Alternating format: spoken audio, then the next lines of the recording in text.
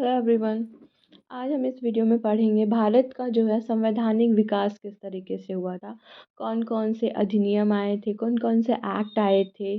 तो ये सारी चीज़ें हम आज के इस वीडियो में देखेंगे। तो चलिए शुरुआत करते हैं। तो सबसे पहला हम देखेंगे जो कंपनी के अंडर में जो अधिनियम आए थे, जो कि कंपनी के शासनाधीन अधिनियम। तो इसमें सबसे पहला रेगुलेटिंग एक्ट 1773 में आया था। इसका जो उद्देश्य था, सबसे पहले तो ये ब्रिटिश संसद द्वारा पारित हुआ था। और जो भी कंपनी में व्याप्त जो भी भ्रष्टाचार या कुप्रशासन जो भी थे, उसको दूर करना इसका उद्देश्य था। और इसमें जो है मद्रास प्रेसिडेंसी और बम्बई प्रेसिडेंसी, जो कि कलकत्ता प्रेसिडेंसी के अधीन आते थे, तो ये इन सब का प्रावधान हुआ था। और जो बंगाल का गवर्नर था, वो अब बंगाल का गवर्नर जनरल हो गया था इसी रेगुलेटिंग एक्ट के तहत। और जो सर्वोच्च न्यायालय की सर्वप्रथम स्थापना हुई थी 1774 में। उसके बाद जो आया था पिट्स इंडिया एक्ट 1784। इसका प्रमुख प्रावधान क्या था कि कंपनी के मामले में जो सरकारी नियंत्रण में वृद्धि और नियंत्रण बोर्ड का गठन हुआ था। और कंपनी के व्यापार में जो है हस्तक्षेप की नीति लागू हो गई थी। और कंपनी के व्यापारिक एवं राजनीतिक दोनों में कार्यों को एक दूसरे से अलग कर दिया गया था। उसके बाद आता है 1786 का अधिनियम। इसमें क्या था कि गवर्नर जनरल को किसी विशेष परिस्थिति में अपने परिषद के निर्णय को रद्द करने और अपने खुद के निर्णय को लागू करने का अधिकार उनको गवर्नर जनरल को प्रदान किया गया था इसमें। उसके बाद आता है चार्टर एक्ट 1813। तो चार्टर एक्ट 1813 में क्या था कि इसमें जो कंपनी का व्यापारिक एकाधिकार था, उसको समाप्त कर दिया गया। हाँ, लेकिन चाय और चीन के साथ व्यापार को छोड़कर बाकी जो था वो समाप्त कर दिया गया था एकाधिकार। और ये भी बोला गया था कि कंपनी को अगले 20 वर्षों के लिए भारतीय प्रदेशों तथा राजस्व पर नियंत्रण का अधिकार दिया जाएगा। और इसी चार्टर एक्ट के तहत प्रथम बार शिक्षा पर करने का प्रावधान भी किया गया था, जो कि था प्रति वर्ष 1 लाख रुपए था इसमें। उसके बाद आता है चार्टर एक्ट 1833।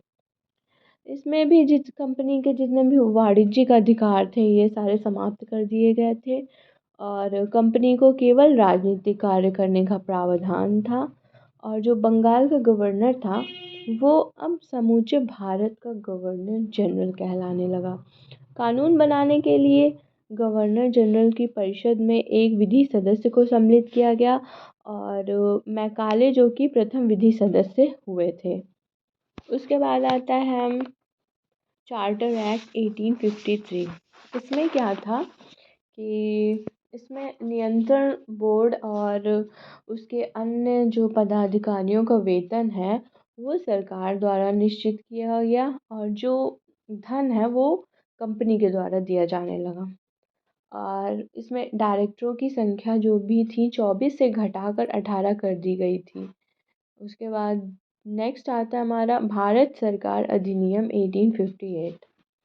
अब इसमें क्या था, इसमें था कि जो भारतीय प्रशासन का नियंत्रण था, मतलब जो भी प्रशासनिक कार्य थे, उसमें जो है कंपनी से जो छीन कर जो है ब्रिटिश को दे दिया गया था इसमें। और जो भारत राज्य सचिव था, उसको मतलब बोर्ड ऑफ डायरेक्टर और बोर्ड ऑफ कंट्रोल दोनों के जो है जितने भी अधिकार थे, दोनों के अधिकार भारत राज्य सचिव को प्रदान किया गया था। और उसके बाद इसमें था भारत के जो गवर्नर जनरल था, उनको वाइसराय कहा जाने लगा। और उसके बाद है, अभी तक हमने पढ़ा था कि कंपनी के शासनाधीन अधिनियम, और अब हम पढ़ेंगे ब्रिटिश ताज के शासनाधीन अधिनियम। तो इसमें जो सबसे पहला है वो हमारा है भारतीय परिषद अधिनियम 1861। तो इसमें क्या था कि वायसराय को जो है आपातकाल में अध्यादेश जारी करने की शक्ति प्रदान की गई थी।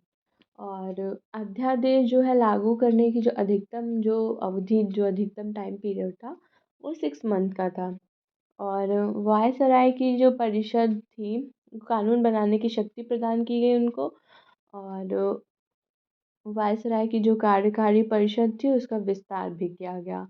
और बम्बई और मद्रास जो प्रांत थे उसको अपने लिए कानून बनाने और संशोधन करने का अधिकार भी दिया गया। उसके बाद आता है भारतीय परिषद अधिनियम 1892। अब इसमें था कि जो विधान परिषद के सदस्य थे उनको बजट पर अपने विचार को पेश करने का अधिकार दिया गया। और जो सार्वजनिक हित के जो मामले थे उसमें जो है विधानमंडल के सदस्यों को जो है 6 दिन पहले ही सूचना देनी पड़ती थी अगर उन्हें जो भी प्रश्न पूछने होते थे उसके लिए।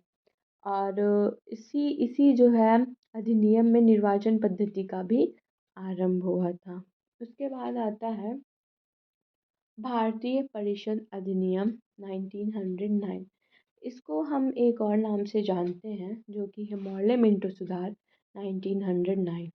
इसमें जो सबसे इम्पोर्टेंट है जो कि पूछता है एग्ज़ाम में पूछ ही लेता है यही वाला कि सांप्रदायिक प्रतिनिधित्व की व्यवस्था इसमें की गई थी। और केंद्रीय विधानमंडल के सदस्यों को बजट पर मत देने का अधिकार इसमें नहीं दिया गया था। उसके बाद जो है आता है कि भारत सरकार अधिनियम 1919। इसको हम एक नाम से और जानते हैं जो कि मॉन्टेग्यू चेम्सफोर्ड सुधार के नाम से। अब यहाँ पे क्या था, यहाँ पे जो है प्रांतों में जो है शासन का आरंभ किया गया। और यहाँ पे अधिनियम का जो आधार था मॉन्टेग्यू चेम्सफोर्ड की रिपोर्ट थी। और उसके बाद भारत सरकार अधिनियम 1935। इसमें क्या क्या प्रावधान थे, इसमें जो है संघीय लोक सेवा आयोग का गठन किया गया और अखिल भारतीय संघ की स्थापना भी इसी अधिनियम में की गई। और जो कि द्वैत शासन के बारे में हमने पहले ही बात किया था, तो इसमें क्या है द्वैत शासन प्रांतों में समाप्त कर दिया गया, केंद्र में लागू कर दिया गया। और प्रांतों में क्या हुआ कि स्वायत्तता लाई गई। और उत्तरदायी मतलब जो स्वशासन है प्रांतों में जो है दोहरे शासन के स्थान पर लाई गई थी। उसके बाद आता है भारत सरकार अधिनियम 1935। तो इसमें क्या क्या प्रावधान थे, इसमें जो है सांप्रदायिक तथा वर्गीय मतदाता मंडलों का विस्तार हुआ।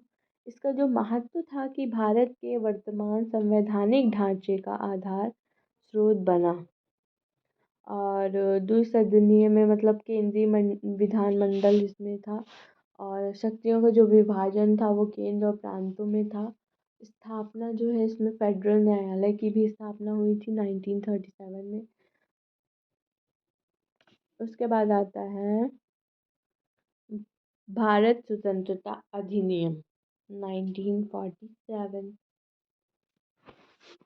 इसमें था अविभाजित जो ब्रिटिश भारत का विभाजन भारत और पाकिस्तान दो स्वतंत्र राज्यों में हुआ।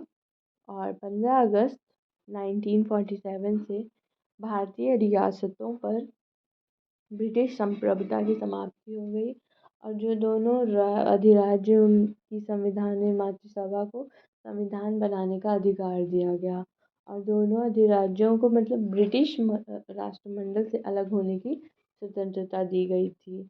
और इसमें भारत का जो राज्य सचिव पद था वो भी समाप्त कर दिया गया। तो ये थे सारे मतलब कि भारत के संवैधानिक विकास में कौन कौन से एक्ट आए, किस तरह से एक्ट में बदलाव हुआ और किस तरह से हमारा संविधान बना। तो ये सारी चीज़ें और ये ऐसा टॉपिक है जिससे हम पॉलिटी और हिस्ट्री में दोनों में पढ़ते हैं, तो ये इम्पोर्टेंट टॉपिक बन जाता है। तो आज हमने देखा भारत का संवैधानिक विकास कैसे हुआ।